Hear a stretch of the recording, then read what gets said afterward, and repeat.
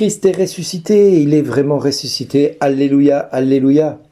Nous sommes aujourd'hui à l'aube de la création du terme chrétien. C'est-à-dire que c'est à Antioche que le terme chrétien devint une évidence pour les croyants en Jésus-Christ.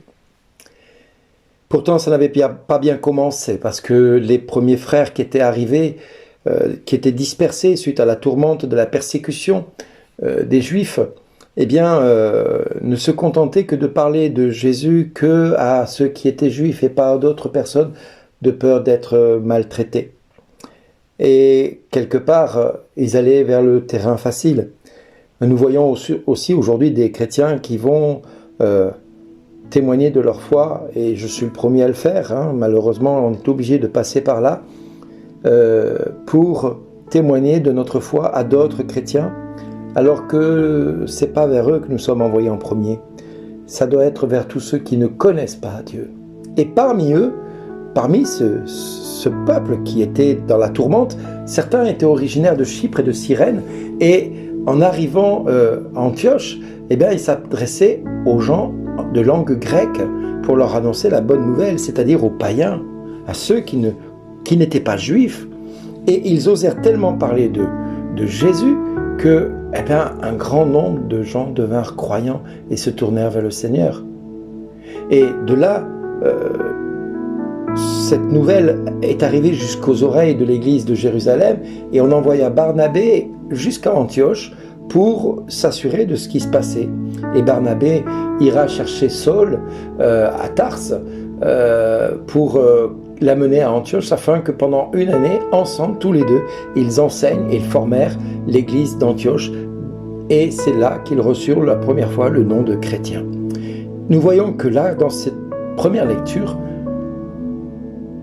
la foi est annoncée à ceux du monde païen, c'est-à-dire les Grecs.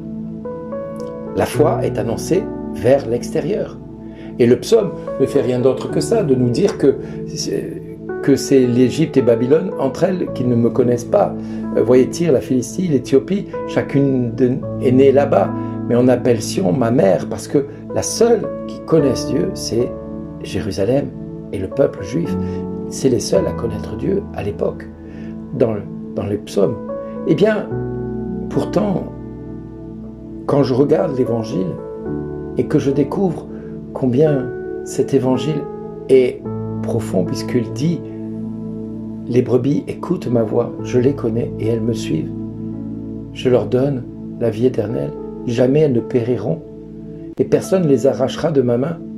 Mon Père qui me les a donnés est plus grand que tout et personne ne peut les arracher de la main du Père, parce que le Père et moi, nous sommes un. » Mais il ne faut pas oublier qu'avant de dire ça, il va déclarer à ceux qui sont en face de lui: combien de temps vas-tu nous tenir en haleine?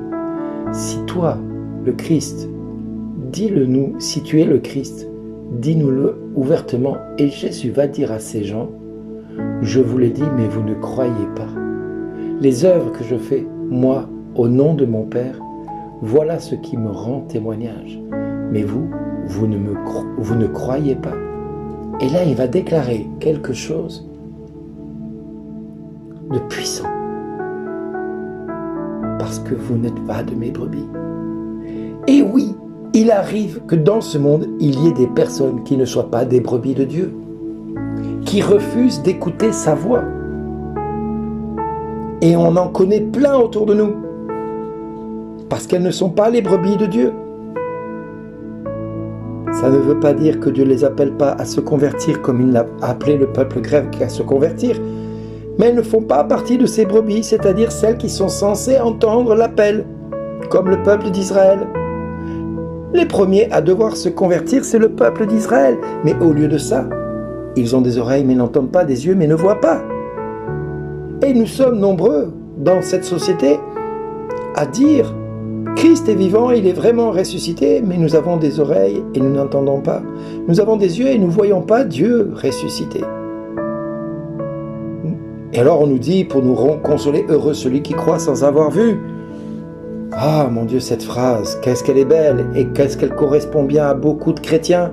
Parce que là, au moins, je me sens moins coupable. Moi, je suis croyant, mais je crois en quelque chose que je n'ai pas vu. Et quelque part, je ne peux pas prétendre à plus, parce que déjà, je crois, c'est déjà beau, hein, c'est déjà bien.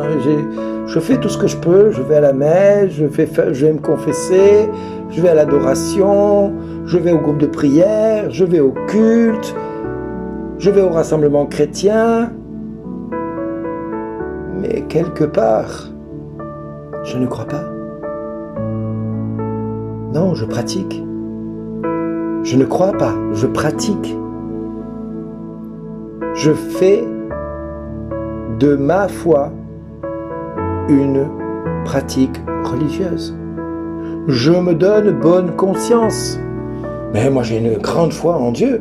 Oui, quand est-ce que tu as guéri un paralysé? Ah mais c'est pas moi qui peux guérir, il n'y a que Dieu qui peut guérir. Pourtant Pierre a ressuscité Tabitha. Pourtant Pierre a guéri le paralysé de la belle porte de Jérusalem. Je n'ai rien, mais ce que j'ai, je te le donne, lève-toi et marche. Mais il le fait au nom de Jésus-Christ. Qui sommes-nous? Qui es-tu? Pose-toi la question. Es-tu chrétien? Es-tu vraiment chrétien? Crois-tu en Dieu Tout-Puissant, capable de changer ta vie? Es-tu de ceux qui vont rejoindre les Grecs et vont faire partie de ce peuple chrétien qui va se nourrir de la parole, se nourrir des enseignements, qui va se nourrir de cette richesse que Dieu nous donne? Es-tu de ceux qui va confesser le nom de Jésus-Christ? Et que ce Jésus-Christ va pouvoir agir à travers toi dans le monde? Si tu portes le nom de chrétien aujourd'hui comme les chrétiens d'Antioche, c'est pour être témoin. Malheur à moi si je ne témoigne pas, dira Paul. Si ton témoignage est inexistant, ne sois pas surpris que tu sois compté pour rien demain. Parce que quiconque se déclarera en ma faveur, moi-même je me déclarerai en sa faveur devant le Père. Alors osons témoigner, mes frères et sœurs, de ceux qui nous animent, à ceux qui nous entourent. N'ayons pas peur de témoigner. Et le premier des témoignages, c'est l'amour. Ayons des actes d'amour et de tendresse envers ceux qui nous entourent. Merci d'exister.